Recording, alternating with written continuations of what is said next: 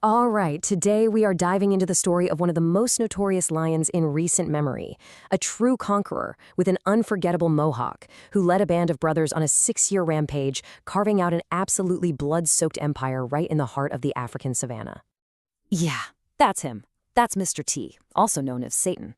With that iconic mohawk of his, he was the brutal enforcer for the Sabai Sands' most legendary and, frankly, most feared gang. I mean, just that stare alone tells you a story of absolute, uncompromising power. To really understand the legend of Mr. T, you first have to understand the crew he ran with, the force that basically rewrote the rules of lion society, the Mapogo Coalition. Now, these guys were an anomaly right from the very beginning. A coalition of 6, count 'em, 6 male lions. To give you some perspective, most coalitions are just 2 or 3 brothers. 6 was basically a supergroup. It was an unprecedented force of nature that the Sabi Sands had never, ever seen before. So here's the cast of our little gangster epic. You had Makwulu, the older, unrelated leader, kind of the big boss, and then you had 5 brothers from the Sparta Pride. Pretty Boy, Rasta, Scar, Kinky Tail, and of course, the most aggressive of them all, the one with that signature mohawk, Mr. T. This coalition didn't just, move into the neighborhood. They kicked the door right down. Their methods were so brutal, they were actually named after a notorious South African security company. Starting in 2006, they began a 6-year reign of terror that would truly become the stuff of legend. Their dominance was just absolute, and it was built on a foundation of pure violence and fear. The statistics from their time at the top are, well, they're simply staggering. At their absolute peak, they controlled a massive 70,000 hectares. I mean, look at that, an area that completely dwarfed the territories of other really powerful coalitions. They didn't just own a piece of the savanna, they owned an entire empire. And how did they conquer this empire? Through bloodshed. In just their first year, it's believed they killed over 100 other lions. And this wasn't just about territory. This was about the total annihilation of any and all competition.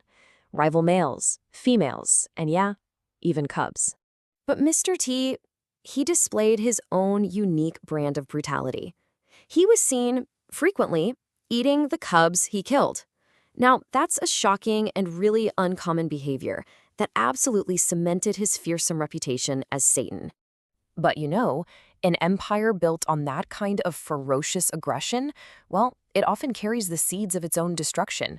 The very same ambition that fueled their rise to power would eventually begin to tear them apart from the inside.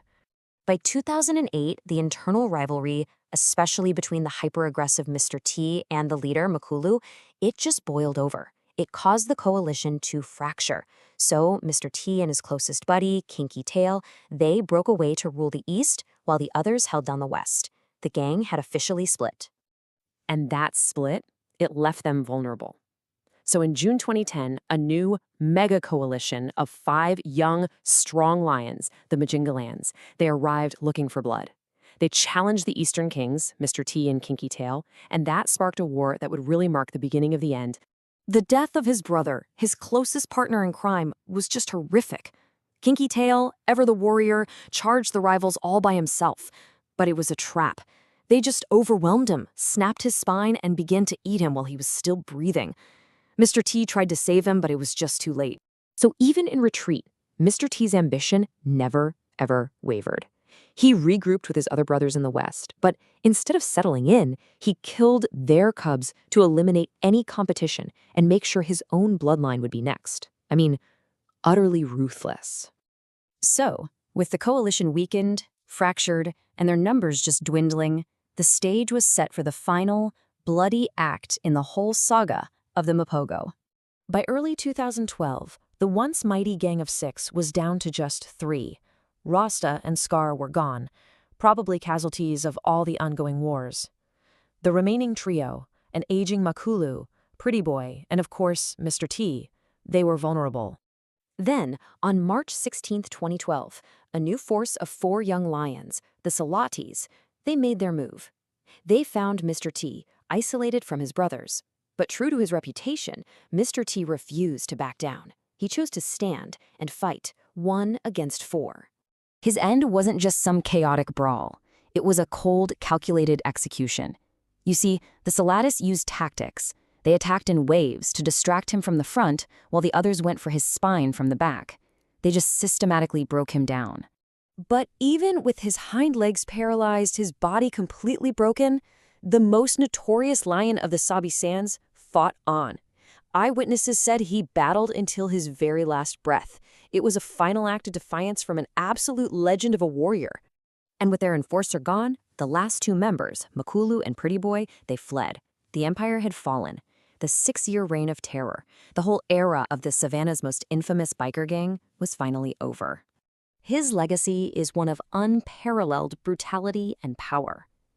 The story of Mr. T and the Mapogo really leaves us with a question, doesn't it? Was he a psychopathic monster?